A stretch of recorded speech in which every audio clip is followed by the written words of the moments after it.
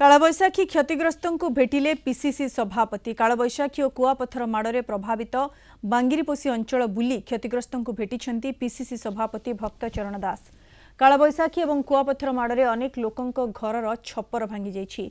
साहाय्य प्रदान करने पीसीसी सभापति जिला प्रशासन सहित फोन जोगे कथा होइछन्ति। आसंता काली जरूरी बैठक करी सरकारी सहायता किभଳି मिल पारिबो से नै आलोचना करिवे।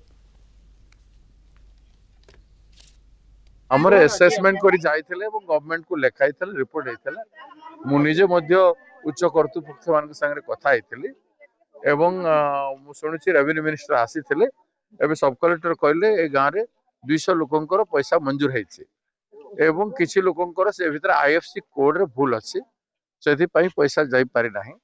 आईएफसी कोड से माने करेक्शन करूछंती करेक्शन करिकि मंडे ट्यूसडे रे दे देबे जहाँ सब कलेक्टर कहते जेहेतु गुड़ाए गाँ प्रभावित होता आम पार्टी हिसाब से गोटे गाँव को किसी करें सब कले सब गाँव को करने पड़े आमर से अवस्था ना तो आम फाइट करुचु एवं मु निजे कथा